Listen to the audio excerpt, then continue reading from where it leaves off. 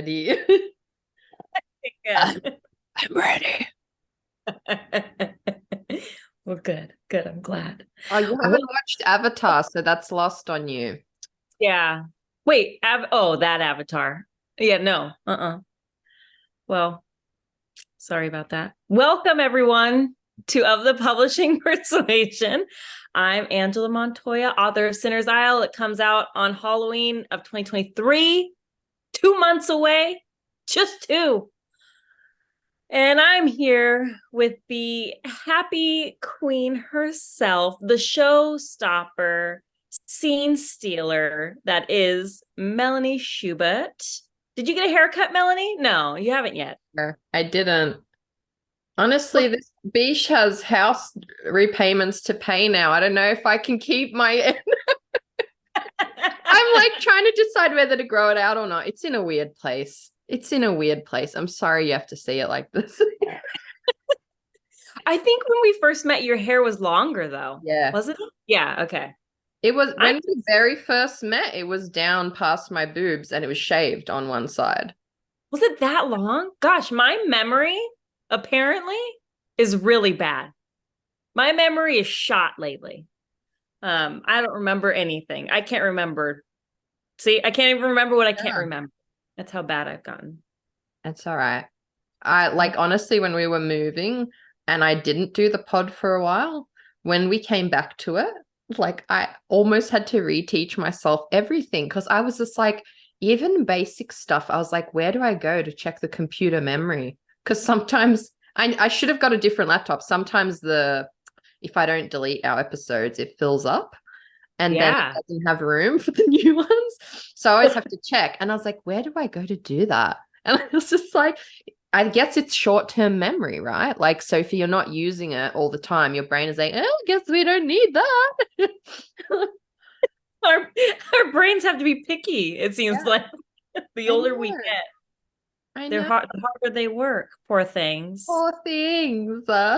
Honestly, I think if I didn't meditate, I wouldn't remember anything. Like, I need to get back into, well, no, I not back in. I never got into meditating. I need to try to get back into it again. Try, and I need to get into my affirmations again. I used to walk and do my affirmations. I just haven't. So I need to get back into that. the wild part is, it's like, Maybe honestly, that'll be my hobby. Maybe that'll be my hobby. you know what? Affirmation. That's not a bad idea. But it's so like, I don't know if you find the same, but it's like kind of like when you need that stuff the most, it's the easiest to forget it. Do you find that? Like, Yeah. I probably should have been meditating and doing yoga every day while we were moving because it was so stressful. But I found that my brain was just like, no, I don't want to do that. Like, would just forget, or it would just like, no, let's just stay here. But like, yeah, I'm trying to form those habits that it's like actually, because I know you think I'm this like meditating. I feel like such a fraud when you're like the happiest girl. Just like, am I? No, but I am some days. I'm the roller coaster girl, you know, like she has big feelings. Sometimes they're big happy, sometimes they're big existential crises. But I love that. Like my partner is very similar. He feels everything, every emotion, and it's one of my favorite things. But also, it can be a little annoying. Yeah, it's a lot. It's yeah, but I love it because yeah, it's like this range. Like you just feel the world, which like I'm sure it can be also hard too because you feel everything. 100%. Like it's when it's good, it's like the most magical thing in the world. Like your brain puts you like you're the freaking main character in a Disney film when it's like on a real high. But then yeah, when it's low, it's like the dark night of the soul low, you know? It just You're living through your own beat sheet, like on the daily. I mean, I'd be lying if I disagreed with that. It is a vibe, but meditation helps keep that. Like honestly, I complain, but not really because before I started meditating, it was like I didn't know that I could like change that. I would just go with the roller coaster nonstop. and it's up, down, up, down, up, down. But like now it's more like more even, and like the lows are not as low. So we can do one together. The one I'm doing right now. Right now. Let's No. just do it right now on the show. Together with our listeners, relax and drift away to the sound of my voice. I don't know what voice I'm doing. No. I think you could do a YouTube meditation, where it's like the voice and they're like, Yeah. center yourself. Yeah. I don't know what they do. Relax and listen to the sound of your breath. Again, I'm like doing Fraser Crane's voice or something. I don't know why it's happening. It's just, I don't know. The voice has just come out. Anyway, I love this chaotic opening for us. Yeah, it's on brand. It's on brand. How are you, my friend? I'm good. Today is like my first day where I feel I'm good. I bathed. I took a bath. I am fresh. My hair is washed. I finished. Thank you. I finished my probably the most intense revisions I've gone through. I finished last night. So I feel like I can finally focus on other things. So I've just been getting back to messages I've been putting off, like emails, cleaning, work. I've been putting off quite a bit. But then, also this last weekend, I got like food poisoning or some sort of flu. No. So it took me out. And I have to wonder, because no one else in my family is sick and we all eat, we've eaten the same things, whatever. My mom was just saying, maybe you just ran your body like too low to the ground and it just kind of like any small thing just triggered it. And it probably is true. And it's true. Like you really do sacrifice the little things that you need while you're in like panic mode. And those little things you need are the things to keep you from burning out. So true what you said. It's like literally like even small things like taking a nice warm shower. Yeah. Like relaxing. I wasn't doing. I was like, whatever I could, like every spare moment was for the revision. So next time I'll do better. But I did ask for like a mini extension and that helped so much. I was able to finish. Yeah. And but yeah, I feel very relieved that I'm done for now. I'm sure it's going to come back again pretty soon, but I'm really happy where this second book is going. It's really fun and like really sweet in these little spots, and the characters I really adore. So I think it's going to be fun. And yeah. And so we picked like a cover artist today. I got like confirmation on who it's going to be, and it's someone new, and it's really going to be, I think, perfect. And yeah, so I'm doing good. If you would have asked me 2 days ago how I was doing, it would have been completely different story. But today I feel great. So yeah. It's relatable, my friend. It's the roller coaster of this life, isn't it? Like there's just some days it's the down roller coaster, but yeah, like I don't know why we're like this, because you're right. Like, yeah, that's what we're saying. Like doing those little self-care things that can help you manage it. But yeah, when you're in the zone, that's like that hyper focus of like, I've got to get it done. I've got to get it done. Yeah. Yeah, I think for me, I've found that it's like, it's generally not some big overnight transformation. It's generally like year by year, I chip away and I do a little better every time, Yeah. And that's why, like you said, next time I'll do better, because that's all we can do, like sometimes and maybe sometimes that's a self-preservation thing as well, that you just like get through the task. Who knows? Yeah. But yeah, I think just being kind every time and trying trying to give yourself permission to do all the self-care stuff, I find is like hard because it does feel almost like indulgent or something, but you can't do the things, you can't be the things to anyone or anything that matters if your cup isn't full yourself. That's like, and yeah, your body was just like, bish, my cup is empty. Yeah, she's like, and now you're gonna empty everything out. Yeah. Yeah, it wasn't a pleasant weekend. I'll just tell you that much. Mm. She was vomiting. Well, Yeah, and I mean, who likes it? But I really, really hate throwing up. I really do. same. It's exhausting to your body. Like the act of it, I always feel so drained the rare times. The rare times it happens, I'm just like, I'm dying. Yeah, I thought this is it. I'm done. It does feel One like nap. that. It does. I'm like, just take me now. I don't want to do it. Yeah, I slept on the bathroom friggin' floor because I was like, oh, I just can't. Yeah, so but I'm better now. I'm so glad, and I'm so excited for a cruel thirst. I needed to lean in to do it. Just sitting Yeah. here like a cruel thirst was not a vibe. I'm so excited for a cruel thirst. Beautiful, beautifully done. That was perfect. It's the No, I'm only- excited too. It's gonna be really, really fun. Yeah. So it's very, very, I don't know.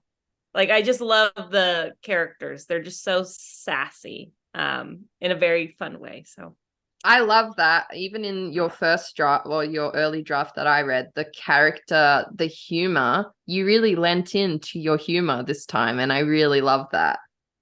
thank you. I did. She's a funny biche. She's a funny biche, and Yes, I did.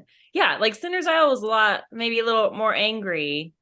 It was a darker time. I mean, it's not much has changed. Damn it. But mentally, I'm in a different place than where I was there. So, so things have shifted. We'll see how the third one looks. yes. Do you know what you want to work on next? I do. I've been working my Larissa, my agent, and I have been kind of slowly working on a pitch. So we're going to meet next week and start discussing. But I mean, after this revision, I'm not ready to do any writing. 100%. Yeah, I'm just going to watch One Piece and like whatever else. When does RuPaul come back on? Damn it! I know the Australian one is on at the moment, but it wasn't giving this. No, I'm sorry, Australian Drag Race. I'm sorry. I want to love you so bad. No, I do love it, but that one's on. It's just it's a bit less polished. I'm gonna get so much hate for saying this. It's just a little bit less polished than the American one, but there's something very joyous about it in that as well. So if you want to laugh, there's the Australian Drag Race. But One Piece is all your soul needs. I knew you would love it because it's the storyline is actually so deep and so powerful. And what I'm proud about you attempting it is Luffy is actually annoying, the main character at the start. He's a bit annoying. He's not your standard heartthrob MC. Even in the anime, I found him annoying at the start. But he becomes so like the character development and just like the nuance that they capture. It's just, yeah, I started watching it like 10 years ago when we were on night shift, and I was a flight attendant then, so I'd come home at like random hours and Phil would still be at work random hours, so I'd be up often at like between 12 and 8 a.m. and no one was around. It's not like you have other friends who are up at that time. So at that time is actually when I was like binging One Piece, and it's actually when I started writing seriously, to be honest. Because I had so much free time when no one else existed. It was just like me in the wee hours of the night. And so it feels like a great idea to start an anime that has thousands of episodes, because it is a big commitment. Yeah. Well, I haven't gotten to that one. I'm just on Yeah. the live action one. The other Yeah. one's a little intimidating. It is But did you intimidating. watch the live action one yet? Yes, I binged it so hard and like they've just done such a good job with it. I was very emotional watching it Aww. because they've captured the essence of the characters. And again, like that's the thing with the anime being so drawn out. What is achieved over multiple episodes somehow, like damn, the actors committed to the Yeah. characters so hard. Like, so what you're seeing, I would say, is very true to the feel of, and live action adaptations of anime are notoriously bad, like Yeah. notoriously bad. So this is quite, it's taking the world by storm, and it's got such a huge cult following already. But I'm excited for the new fans who are going to find it through this medium because of how long and hard it is to get into the original. Yeah. Yeah. No, it's cool. Like that's my son kept noting, like, oh, this character doesn't come for a long, long time from now. Yeah. It's cool how they brought them in and like wove these different stories. And I was like, oh, okay. But for me, as like a newcomer, it was all perfect. Like it all just felt so right. And every character is so unique and ridiculous Yeah. and perfect. And I love the main character? What's his name? Luffy. Luffy. I adore him. But Ah, also, my daughter did bring up the point. He looks so much like my son. It's really? really yes. So maybe that's why. But I just think I think he's hilarious. He's So, unique. But I know yeah. he can rub people the wrong way because do you know what I mean? He's not the typical MC. So sometimes Yeah. it can be hard to, but like he has that goofy side and they've allowed it to shine through in the live action, which I didn't expect. A lot of time live action will lose that touch that anime brings, which is quite, with anime, you can be like really goofy and they do stuff other mediums can't pull off sometimes.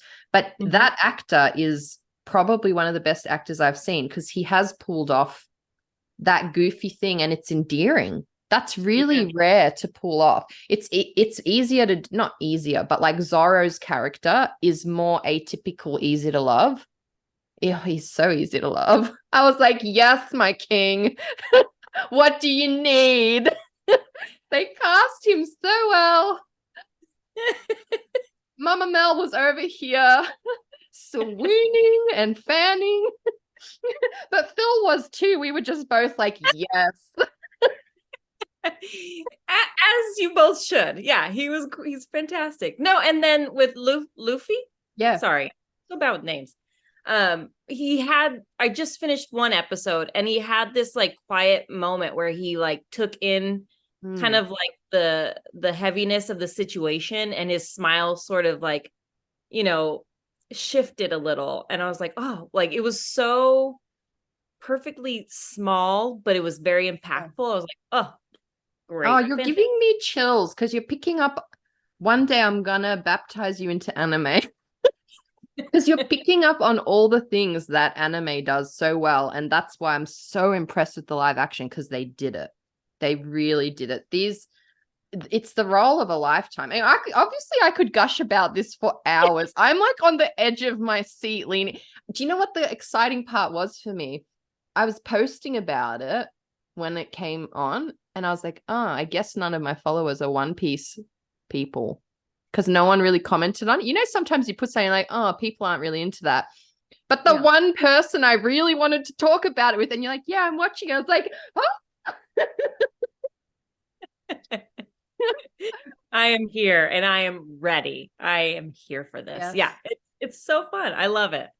Let me know when you finish it if it makes you cry. I think it might. Oh no. Well, no, but in good, it's okay. Powerful. It's powerful and good. But it is light as well. It never goes like to a place where you're like, I regret watching that. So don't worry about that. Good. Well, I'm excited. We shall more tonight, probably. Yes. That's the perfect soul healing thing to watch. It is. It's just like a pleasant show. Like it's just fun. It's pleasant and like it really does hit on throughout it. It hits on some really core human things. And that's when we were talking to Paige. Like, that's no joke. Watching One Piece, like, changed a few things, like deep intrinsic human things in me. Like, it really encouraged me to chase my dreams. I think it was one of the first things I watched where I was just like, I'm gonna be the king of the pirates. You know what I mean? Like, because that's what he says all the time. And I was just like, yeah, shit, like life's short. I should chase my dreams. Like, I'm gonna look. My theory always is that One Piece is like the journey and your dreams. I don't believe there is a One Piece treasure. Hot take. Oh, okay. I believe I believe it's the journey, and it's like the ultimate found family. That's the whole thing. There's a word in Japanese, nakama, which is basically loosely translates to found family, because that's his crew are his nakama. And obviously I'm obsessed with found family and that theme in books and stuff. So it's like, yeah, the ultimate found family story. I'm going to stop now because obviously I could have a podcast just talking about One Piece. I think you should start your own another podcast where you just talk about One Piece. But I think that should be the new motto in life is I'm going to be the king of pirates. I think that's just great. Fun fact. This has haunted me for years. So when we were in Japan living in the camper van for 6 months, we came to this region where we were like hiking up a volcano. She was not a dead volcano. She was like warnings like could go off at some point. But I was like, if you're going to go, you might as well go climbing a volcano. Anyway, so we climbed to an outlook to the top of we climbed several. One of the volcanoes we climbed, there was this outlook. And at the time we were watching it, we'd re-binged all of the episodes. And we were watching them as they came out in Japan, which was a huge novelty. So it was really in my head at the time. And I got to the top of the cliff. It was just us. No one. We hadn't seen anyone.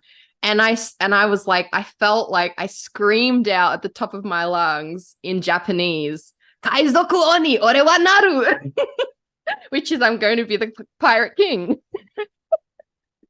And I kid you not, 5 minutes after I did it, a helicopter flew in and airlifted someone off the opposite mountain. It's haunted me. Was it my fault? Did something collapse? Did he fall off hearing some random mispronounce? Oh my God. You scared the shit out of him and he tumbled. That's what I think. And he was airlifted away from a alternate mountain by helicopter. And it always haunted me because I was like, it must have been me screaming my fucking head off the top of the mountain. I'm going to be the fucking pirate king. You screamed your head off. You scared the shit out of him. He went tumbling. We don't know what happened. I might have murdered someone. Screaming, I think I'm going to be the king pirate. Which is a rookie mistake. You don't scream on the top of mountains anyway. It's like things fall. So yes, fall. I carry that shame with me to this day. This is gonna get to that person somehow. Like his great grandniece or something's listening to the show and is like, oh my God, it was Melanie Schubert. Yeah. And he'll be vindicated. He'll be like, I knew it. I knew I heard the One Piece Straw Hat screaming off the hill.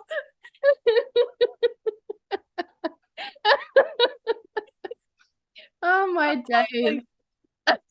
That is the visual of all visuals right there. Like there's a book in that. There is a book in that story right there. Yes. You have to tell your son that story. Hopefully he won't judge me too harshly. Yeah.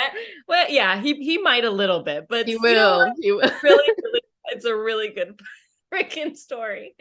Oh my gosh. Speaking of good stories, I have this. I haven't decided what I'm going to do to give it away yet. This is an anthology, This Fresh Hell, with actually it's edited by Katya, our girl Katya de Beseda. But she's Very also got a cool. gorgeous story in here. It's so cute. It's actually really cute for a horror story, hers. Like it's spooky, but it's really sweet and deep as well. So I went, this is actually signed by 6 of the contributing authors. Now, Oh, one of them did sign to me. Somewhere in the book it says to Melanie because I think she assumed it was for me. But that's just a bonus for the lucky listener to get this copy of this fresh hell. So keep an eye out on our page at Pub Persuasion. I'm going to give this away. Gorgeous little horror anthology. So if you want to get your hands on that, keep your eyes on our Instagram page and you may be the one to walk away with a copy. And I'm going to open internationally. So that is so nice of you, Melanie. You were you're just a gift giving person. I'm just the gift that keeps giving. Yes, you are. I mean, you offered Paige earrings. I will. Good. Do you know, I You think should. it just shocks me that people like my earrings. So I'm like a happy puppy if somebody's like, oh, I love those earrings. I'm like, I'll make you a pair. I can't help myself. I love that. Okay, one question I have for you. Okay, Yeah. now this is a serious. It's something it's been weighing on me. I've been really just like Melanie. I'm trying to tell you something serious, and you're giggling. Sorry. Listen, don't laugh at me. Is there snow in Australia? Dumb question. Let's be honest, because like something like 90% of Australia is desert. Like, Yeah. So it's not a stupid question. But as soon as you go up into the hilly parts, yeah, there's snow. So you guys do have snow there. Yeah, I've been thinking about this since last time. Have you? I could have Googled it. I know I could have Googled it, but I thought, you know what? Who needs Google? I have a true blue Australian over here. So yeah, you got we have it. It's just like even up in the mountains, there'd be parts or like as soon as summer comes, it melts. There's not much. There are places you could still find snow, I'm sure, in summer. I think, yeah, as soon as you go over a certain height, there can be snow there at any time. But like, it's not like growing up, I think we had snow twice in Melbourne. It's not a common occurrence. Like, thing. Okay. yeah, I very, just had to very know. rare. I had to know. You know, in my head, I just think Outback or Gold Coast. That's all I see. I mean, you're not far off. We do also have like a bit of like rainforest. Oh, I did see actually, Yeah. I watched Zac Efron. I don't think I've watched it all, but his second he does like a show where he like talks about environmental issues and he like goes tramping around and learn stuff. But his whole thing last season, I think, was in Australia, and they were in a really cool forest. And I think that's where I learned about what are those things? Koalas having chlamydia. It's an important fact to know. Yeah, I mean, just in case. Yeah, apparently it's like quite a problem. These rowdy koalas spreading their STDs left, right, and center. This feels very Australian. It just feels right. Somehow it does. I'm not gonna lie. Well, thanks for answering my question about that. I was just really, really, hard hitting questions that come, It's important to know these things. Well, do you guys not get snow ever there, huh? No, yeah, we could snow. Not here, like in my city so much or town. I mean, maybe like one day you'll get like a little, and then that's it. But maybe like 45 minutes to an hour up, they get snow. Do you like it?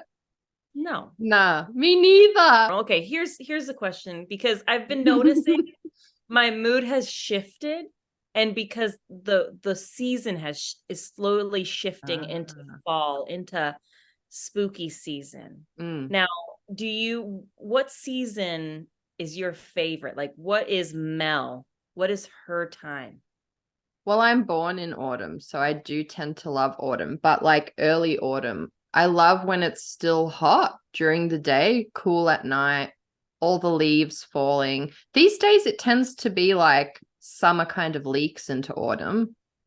Do you know what? My honest answer is I think I'd get bored if it was one season. I always think this, if it was always, but yeah, like I do look forward to temperate weather, like the old soul that I am.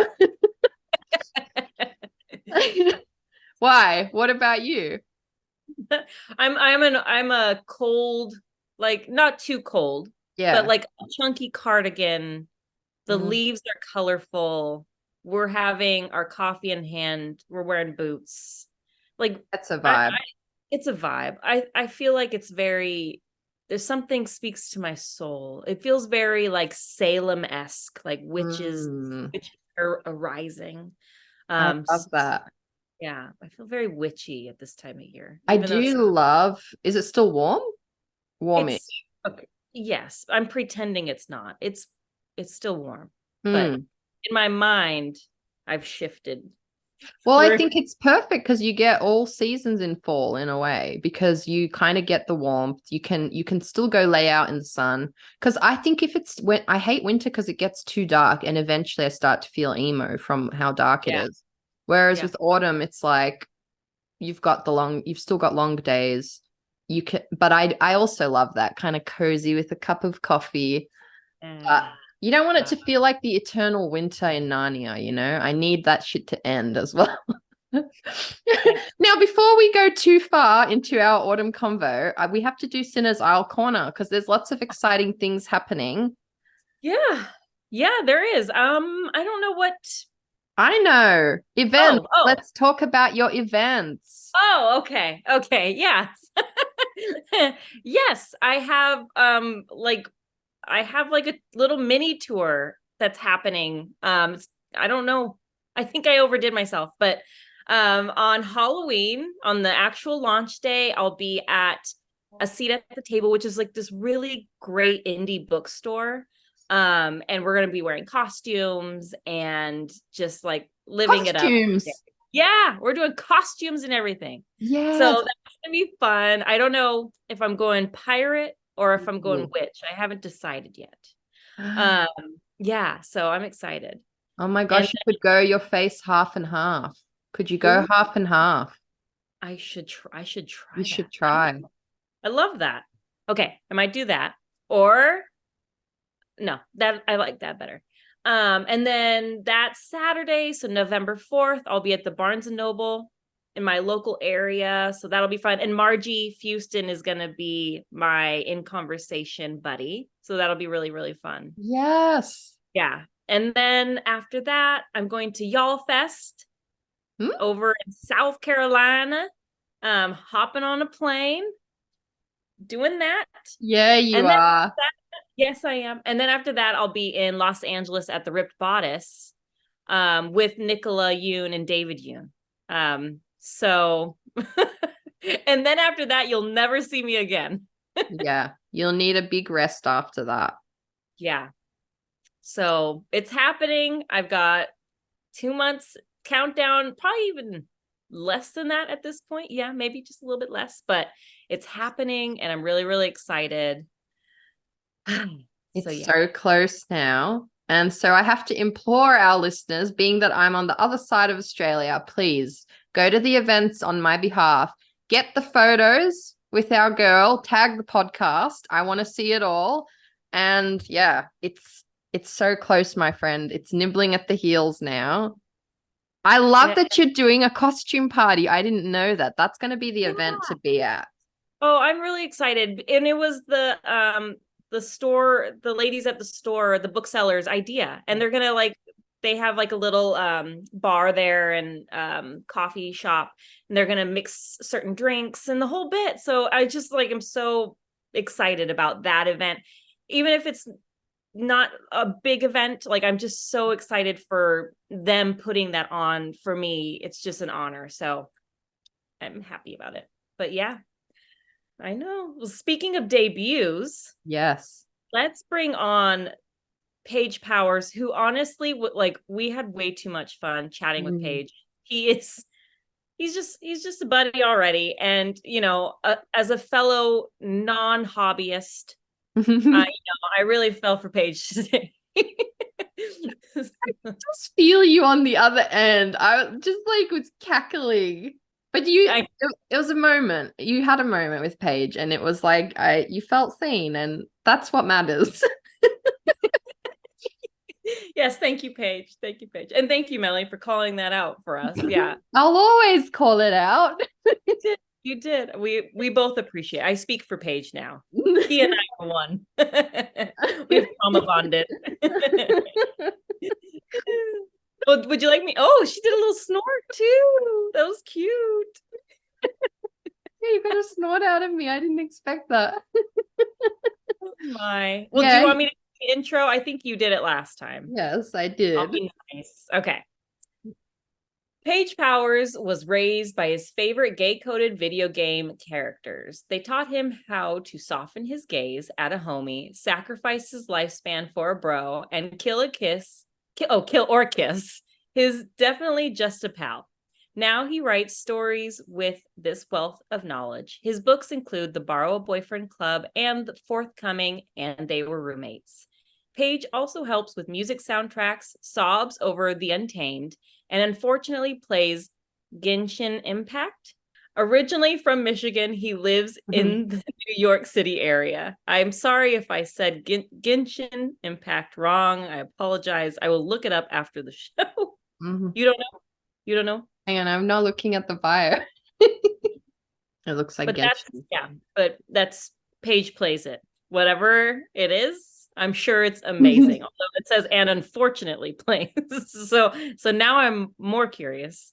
It must have like a not a bad reputation, but you know those things where people are like, oh, like My Hero Academia gets a bad rap that like the fans are very a certain way. It maybe it's that kind of thing where like it's got like kind of a notorious reputation. I don't know. Maybe we'll have to ask sometime. Is that the end of the bio? Yeah. Oh.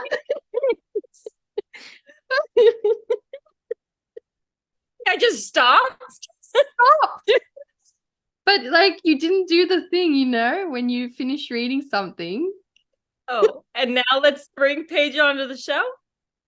Oh, just like it felt like you ended mid-sentence. Okay, hold on. Let me try this again. Paige also helps with music soundtracks, sobs over The Untamed, and unfortunately plays Genshin Impact. Originally from Michigan, he lives in the New York City area. Let's bring on Paige motherfucking Powers. Yes. There we go. She's back. She's back. It could be my fault. I was too busy cackling over whatever we were cackling over in that moment. My confusion. Oh my gosh. I needed this ep today. This filled my Rider Heart cup. You look cute. I like. Are those planets on your chi-chis? Yeah. Oh, cute. Got some globes. Got some globes happening on my globes. I was feeling like, you know, I used to really dress up for the pod, and I've been slipping lately. That's true. You have. That is very. I'm just kidding. No, it is true. And I was like, I don't know. I just felt like putting something cute on today. So I also go through waves where I'm like, I just want to live in like ripped jeans and t-shirts and very plain soft grays and blacks. Like I go through a wave and then I'm like, no, I need color. And then I'll want color, and it's just up and down. Up and down. Do you think it's like with the seasons? Are the seasons shifting over there?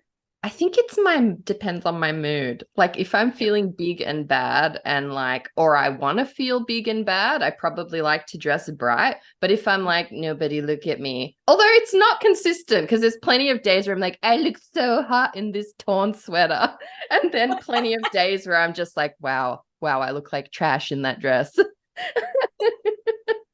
It's completely inconsistent. Don't try to understand it. There's no understanding. She's a fickle girl. That's okay. I know. Well, he's here. Shall we let him in? Yes, let's get Paige in. I'm excited. I'm pumped. Same. Pumped. When the photo comes up, I'm always like, hi. I almost did. I literally like sprang an action there. All right. I don't know why I can't hear anything. Wait, 1 second. Okay. Of course, Okay. this is the only time this has happened where I'm a professional. Happens to us all the time. All the time. Don't worry. Yeah. Okay, I'm just not going to use my headphones. I hope you Okay. were talking mad smack about me that whole time when I couldn't hear.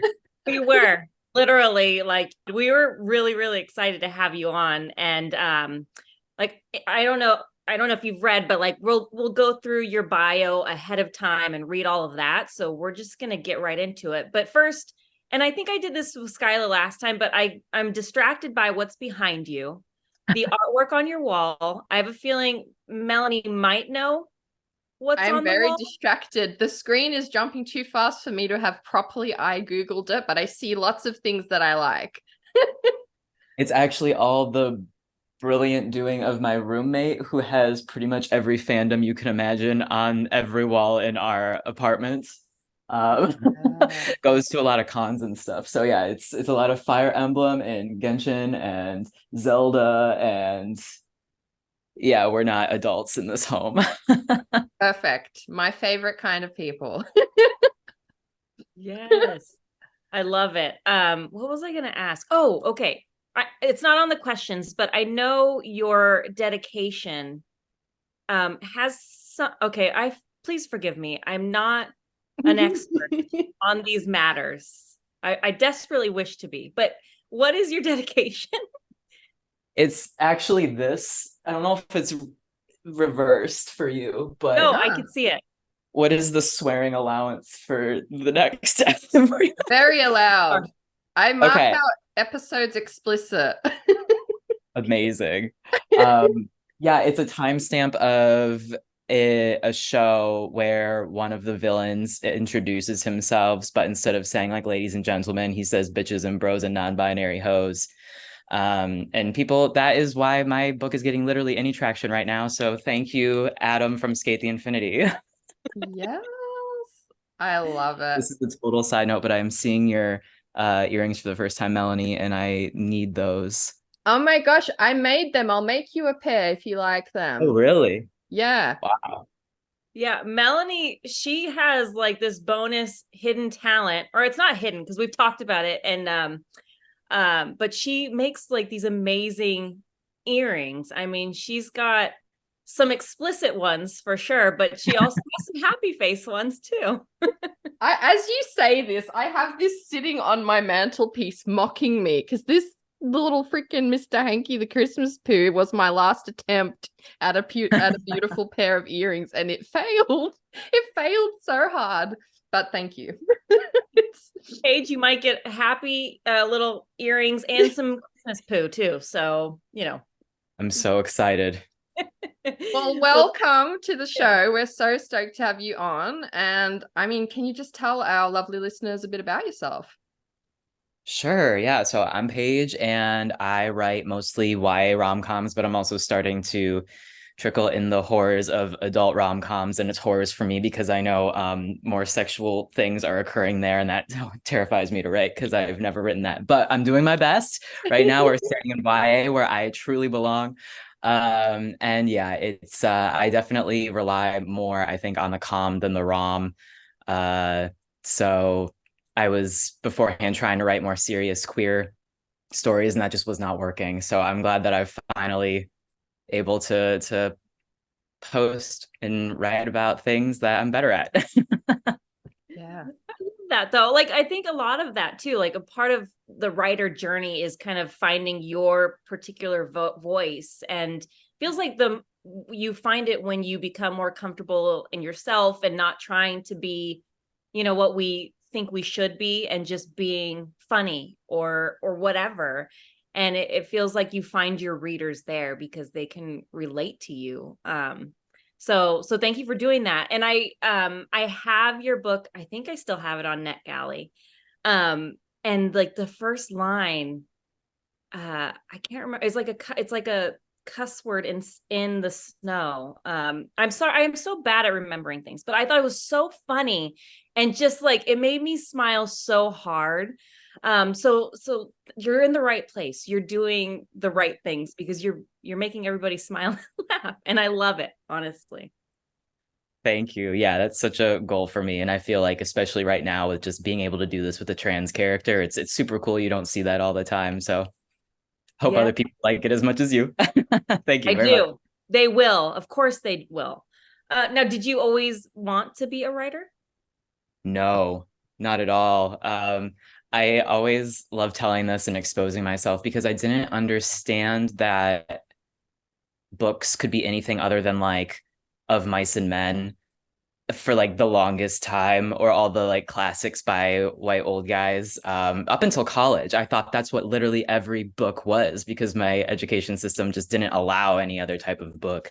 It was just like public school, but it was, I think things have changed now. I hear they're teaching like more Angie Thomas, but and things like that. But back then, I don't think. Back then, I say I'm like only 27, but I know also I'm surrounded by like YA readers, so I feel super, super old all the time. But yeah, in college, I think is when I think I saw Becky Albertalli's debut on like a shelf when I was walking to class, and I was like, oh, I didn't know we could do that. Yeah. Oh, that's pretty cool. You just reminded me, triggered me a memory. Feeling older. I had a real called out old moment the other day when I bought shoes, and I was like, these are really cute. And the girl who was helping me, I was like, I assumed we're like a similar age, similar category. And she's like, oh, she's like, every time those come out, she's like, I insta buy my mom a pair. Like, damn. I was like, I'll take two. Oh gosh. Yeah, it's No, a relatable feeling. we're getting old. It's okay. Well, not you, Paige. I'm No. talking about Melanie and I. We're old. You're perfect. You're I don't great. know. Thank you. Well, we're all in, such a children's space. I'm sure, Yeah. it's hard to remember. Yes. I'm like, I'm young and hip. And I'm like, my daughter looks at me like, she's like, no, no. So I anyway, we think won't go into that. I think we always, the good ones always feel young at heart though, right? Like it kind of, I feel like even when I meet someone who's like 90 and they have like this certain sparkle in their eye, that they've like kept that young adult alive inside. And I think it's like we've talked about that before, but like possibly why we're all drawn to YA, because it is so passionate and it is so like, grab life by the balls type of situation. I love that. Agreed. Well, so how did you go from not knowing about writer, not wanting to be a writer, to being a writer? How did that, like, when did you start writing? I was really obsessed with video games growing up, and I think that's where I got a lot of my stories. And then I ended up getting, I was kind of treated like a foster care student for getting a free ride to the University of Michigan, where I studied music composition. And my goal with that was to do music for video games. Cause I was like, well, this is the closest that I can get to telling stories. So I was considering like, okay, well, movies, well, there's like a whole team for that. And video games, well, there's a whole team for that. I want to control everything. That was the mindset I had. So I was like, well, I can control the music at least. And then I think my boyfriend at the time in college just said, like, why don't you try this? Because he read all the time. And I was like, oh, that sounds easy, sure. And then I quickly realized writing a book is not that easy, as we kind of all go through. But that's kind of where I did all my practice, was through college. And then I think right towards the end of college was when I queried for the first time. Oh, wow. Was it the book that you will debut with? Was it that book, or was it a different book? No, it was not. But it was the next one. The one I did at the end of college did actually get me into author mentor match. Maybe some of your other authors on here have mentioned that old mentorship program before. So I did, get like a mentor, my first foot in the door, which was super helpful. So definitely, I think maybe sometimes high schoolers and college students don't know if they can actually pursue publishing yet if they're too young. But I think you can definitely start working your way in there. And I know some friends who are publishing in college. So yeah, I definitely did that towards the end. And then I think I wrote my debut novel in 2020. So it was probably 2 years after college. Yeah. Okay. That is I love hearing everybody's like stories and journeys of how they got to publishing. So when you queried that original book, is that where you found your agent? No. Yeah, my agent was the one who sold the Borrow Boyfriend Club, and that was who took me on with the Borrow Boyfriend Club. And I did pitch wars with Angela and you, Melanie. So that was all of that was the Borrow Boyfriend Club.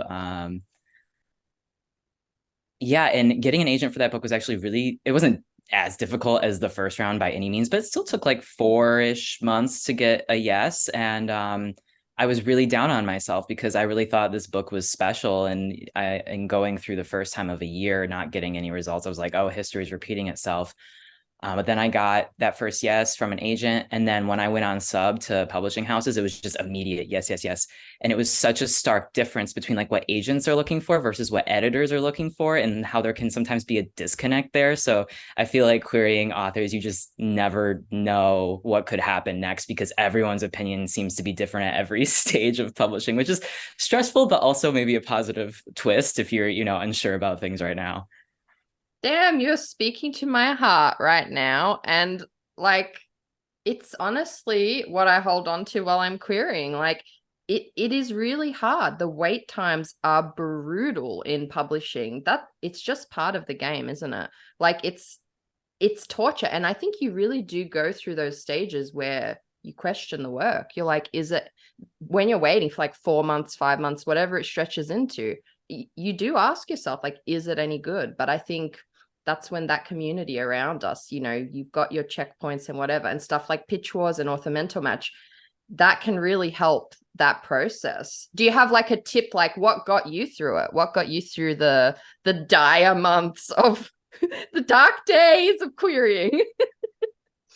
I think exactly what you're saying. Yeah, just having that support system. But I remember when I first started looking into querying, I felt like everyone said that. Every author said, have friends, have a network, have Twitter friends. And I was stressed out because I was like, I don't know how to find those friends. Yeah.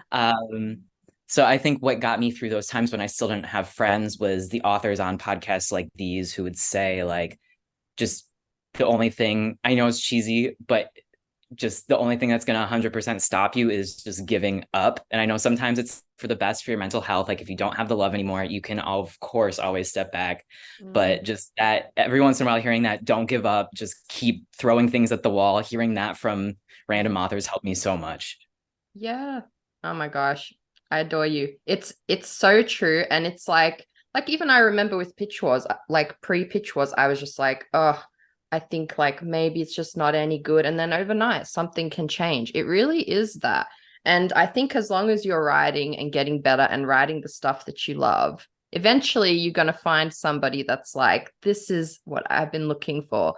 But yeah, like it's also hard finding that community, isn't it? Like it's networking is its own beast that takes a long time, but it's so worth it in the end. Right.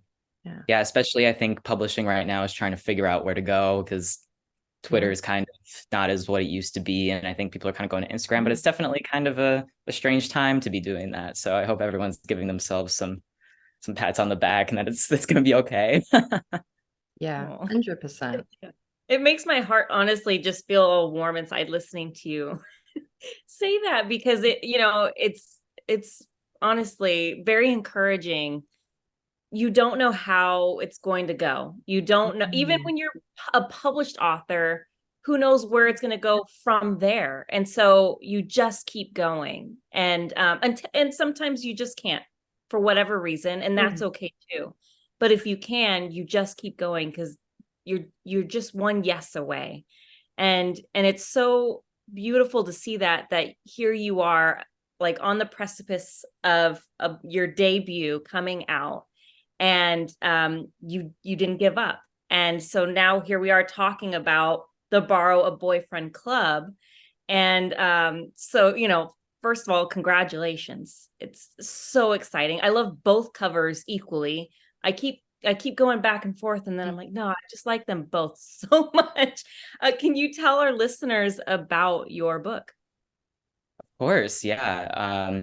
Yeah, I do have two different covers for the US and UK editions, and everyone kind of feels the same way. I have American friends who are ordering the UK edition and United Kingdom friends who are ordering the American edition. So I got very lucky. But yeah, it's about a trans boy in high school who joins this boyfriend borrowing club at school that's secret in the basement, and he's just trying to fit in, but he also starts falling for the club president of the whole shenanigans, and that's a huge problem because the number one rule of the borrow boyfriend club is that you're not allowed to fall in love. You have to be single for like marketing purposes and branding. So, and I know it sounds like, well, just get rid of the rule, but it gets more complicated than that, I promise.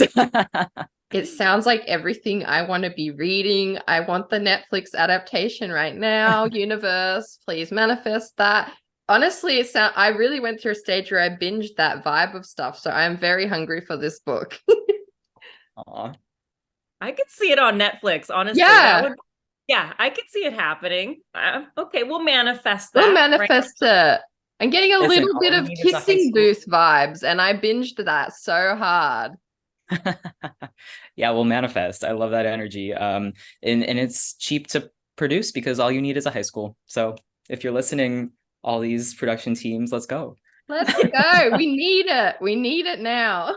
Yes, they listen to this podcast all the time. I know Netflix is listening right now. So You joke, but we were just talking about this before. Like, it is surprising where there are eyes and ears, and you never know.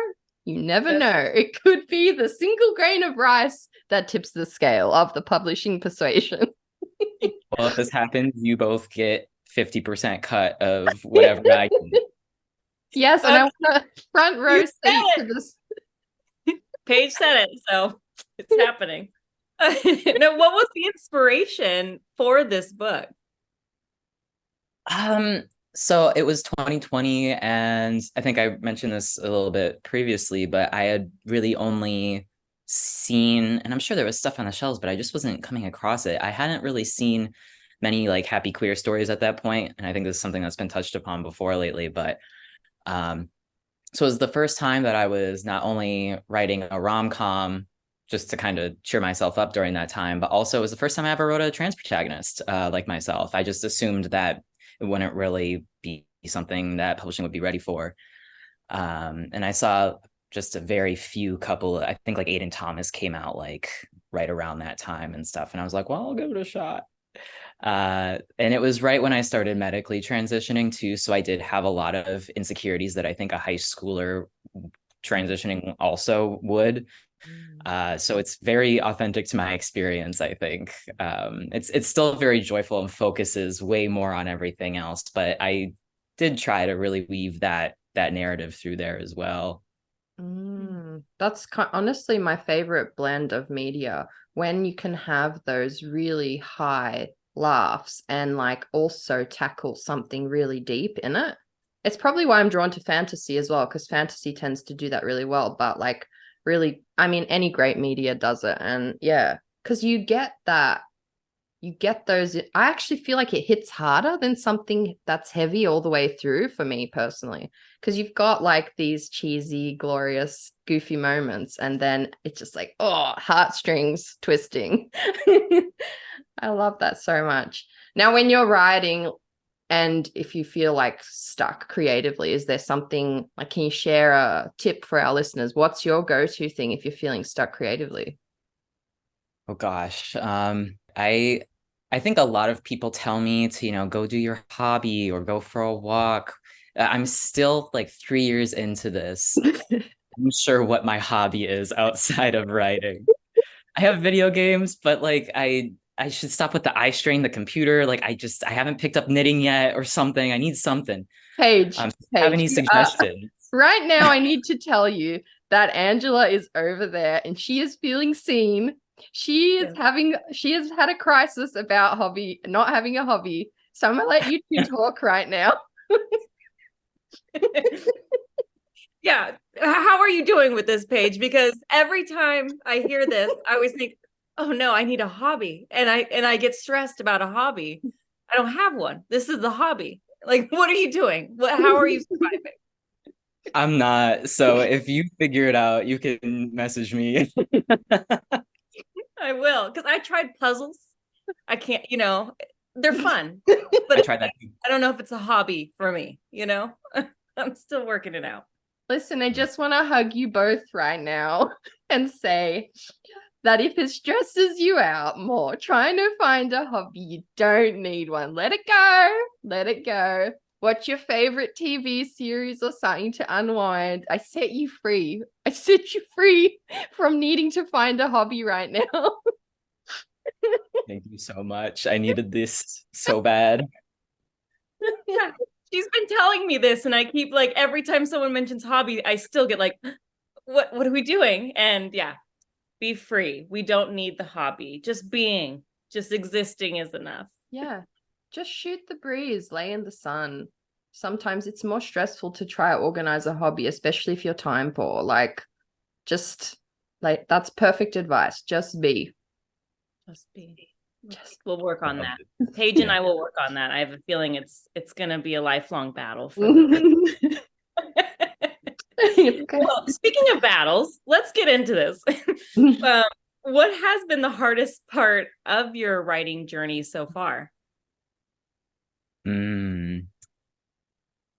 That's a good question. I think it's an interesting time to be a transgender author. Because I think, you sometimes hear that diverse stories are the only stories that are being bought and that it's such a focal point right now. And I think that's maybe because you see it so rarely that your brain flags it more and highlights it more. So you think there's more of it, but there's not actually that much. And I would see transgender authors before I even got an agent, but even when I was still, before I went on sub, kind of hinting like, yeah, being a transgender author is not easy right now. And I still kind of thought like, well, it can't be like that bad because everyone who works in publishing is so, progressive and stuff like that. So, but I've run into a few hurdles with that. And I think something that's really helped me with that is making sure if you're a transgender author, I think specifically right now, I think it's really helpful to have an agent who is really like in this for selfish and selfless reasons. Like I think every agent who offered on me had some sort of connection to they were transgender themselves or they had a transgender friend. I know like my agent has a transgender kid. And so I think I can really trust her to be in this and do the fights that like really suck. Like I feel bad for her sometimes, the fights that she has to do. But and I think it would be hard if you didn't have sort of a selfish reason for doing that. Like, and I get it. Like it's a tough time. So I'm really thankful for her. And I think just knowing the people you work primarily with and just knowing that you can trust them to fight for you and be there for you, and they totally get what you're trying to say and what you're trying to do, that overcomes, the bumps I've faced for sure. That was beautiful. You almost made me cry. Oh no, I'm sorry. No, I'm an easy cry. I feel those feels and it just comes out. But it's so true. Like having those people and just who have your back, because it's a long journey. And yeah, I'm sorry you've faced that. It's so fucked up. It shouldn't be like that, especially in this arena. Because yeah, like you said, you expect publishing is going to be a safe space, but motherfuckers. But moving on from the negative side, what about the most rewarding part? All of the rewarding parts totally outweigh the bumps and the not so rewarding parts for sure. I was just telling someone about that today. Like, it is such a gift to be able to publish a book, let alone this type of book. And the friends I've made along the way, like the authors I've looked up to since I was like 18, I now just DM on a day-to-day basis. Like that is wild. And like that can never, just that will always make me thankful no matter what happens, to be honest. And yeah, I mean, it's still a couple of weeks out until my book comes out, but I have like connected with so many teens, and I know like crossover is really hot right now with YA and wanting to kind of cater to adults as well. But I've always just been like, the teens. And I think my book is actually on Amazon listed, even though it's YA, it's ranked from like 7th grade to 9th grade because it is so teen leaning. And so just like getting actual teens in my mentions and saying they're buying the book is like so cool. Oh, that's like, you've got the stamp of approval from teenagers. I think there's probably nothing harder to get in the world. So good for you. Like, I bow because that, like, that alone, you have absolutely made it. Yeah, Thank you. teenagers. Sorry if I rambled there, but No. Please ramble. We're both ranty. That's how we ended up with a podcast. So please rant with us. But like teenagers do not hold back, right? Like they will just say the thing. And so yeah, 100%. It's like any other review doesn't matter because they're the ones that matter. They're the ones who are your target audience. And yeah, it sounds like it's being received well. Especially like teens nowadays, they really don't hold back. So I know. for you to get some teenage love, I think is beyond, it really shows how good your book is. Yeah. They're scary. They're scary. They have a lot of confidence, don't they? I have 2 in my house, and there's something. Yeah. I was surprised. I was sitting down with my dog by the lake the other day, and like this whole group of like teenage boys from school, they were touring the gardens, and they just stopped to have a yarn with me about my dog. It's like I would never in a million years back in my high school day have stopped and had like a chat with a lady, random lady in a park about her dog. It just blew my mind. that's adorable. That is really cute, though, honestly. Yeah, it was cute. Well, looking back at all that you've accomplished, because it's a lot, what advice would you give a younger version of yourself before you started this journey? My first instinct was to say calm down and like it's gonna be fine, but I know my younger version would like punch me in the face for saying that.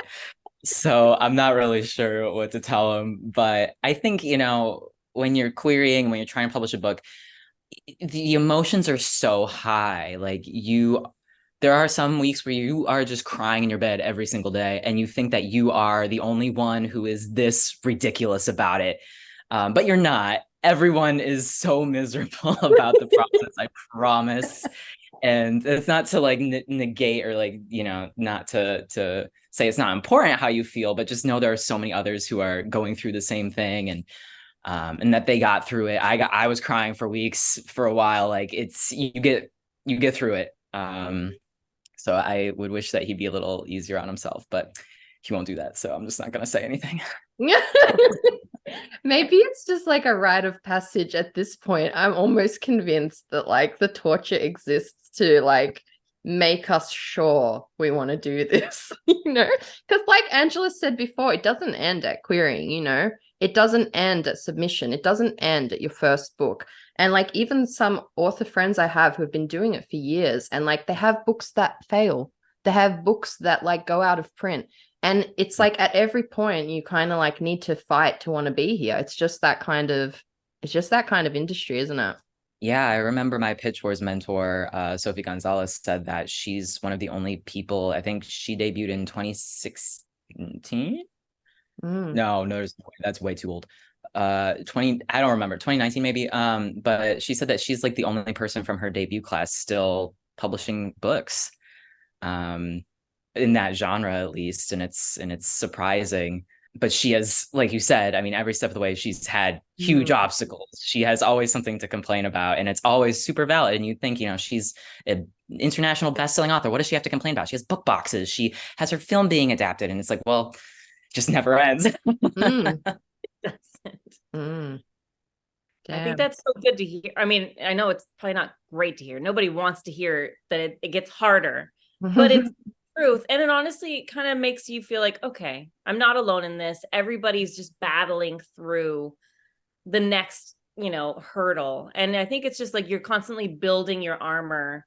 And, luckily it's like you're also building a community that can help you help lift you up when you do stumble, and and the armor gets heavy. Look at me just being all like philosophical. You should be a writer. That's valid. Yeah. Fantasy writer. But it's just one of those things that I feel like if you don't have those hurdles, it does become so easy. You take it for granted too. So it's one of those like weird things where you're like, I know it's going to be torture, but in the end, it'll be hopefully great. And so, it's that, what do they say? It's not a sprint. It's I don't run. I don't marathon. Not okay. Yeah. You were there. I was with you. I'm sorry. I met my quota for the day of analogies. I apologize. So sorry. Well, what's next for you, Paige? I mean, I know you're about to debut. So what's happening with that? Oh my gosh. Yeah, my debut, The Borrow Boyfriend Club, comes out September 12th in the US and the 14th in the UK and the EU and a couple other places. Then after that, I have another YA rom-com coming out called And They Were Roommates, and it sounds exactly what you think it's about. And it's at a boarding school where a trans teen is trying to keep a low profile, but he ends up getting thrown in a room with his hookup from summer camp from like 2 years ago before he transitioned. And he's also the principal's son. So it's just a matter of keeping things, it gets very messy and chaotic. And I actually got an edit letter back for that recently. And the editor was like, this was longer than any fantasy edit letter I had to write, just because there's so many strange rules of this boarding school, and it's like a Sarah J. Maas book, but it's a rom-com, I swear. I'm here for it. It sounds amazing. Any kind of boarding school, I mean, I'm here for. I think the world will agree. We are all here for like just a messy boarding school rom-com. I don't think you get anything better than that. What is it about it? Because I fully agree. I'm always drawn to boarding school stuff. What is it about it, I wonder? No adults. Teens running free. Absolutely. Yeah. Oh my days. What now? Tell us, what did you do? Well, I mean, you said you don't have a hobby, so I'm gonna skip to the next question. No, I won't. Melanie, don't bring it up. We've already gone over this hobby shit, okay? Okay. But you're still allowed to have fun, even if you don't have a hobby, like you love Disneyland, Angela. So I will come back to it. What do you do to kind of just like switch off, have fun, forget about writing? Probably still just video games, because the stories that kind of keeps me in the same space, but I can still kind of detach. But yeah, I need to work on this. Angela, we gotta. I'm sorry for bringing it back to this place of trauma for you both. I really thought I could try to twist this a new way, but I can't. Okay, I've got a better question. What are you watching right now? What's like something that we need to be watching that you're watching? You should reverse this question and tell me something you're watching, because my memory's gone. Debut week's got me. Yeah, that's you're allowed this. You're allowed this. I'm watching One Piece. Oh, I want to watch that. I love it so far. I mean, I think not so far. I just love it. It's really, really fun, honestly. It's cute as heck. I'm such a proud anime mama over here right now, because a lot of people don't attempt One Piece. I mean, you've dived into the live action, I'm assuming because of your son. Yes, because he's watched all of One Piece, so he knows everything. So I'm watching with him, and he's like, oh, they changed this, they did that. But he really likes it, and I really like it. So it's really fun. You should try it. Yes, I 100% agree. They killed it. I'm a One Piece fangirl, and even the changes they made, I was not mad at any of it. It really helped to just, because it's such a huge, there's thousands of episodes. They really, the changes they made just made the story feel more seamless, I think.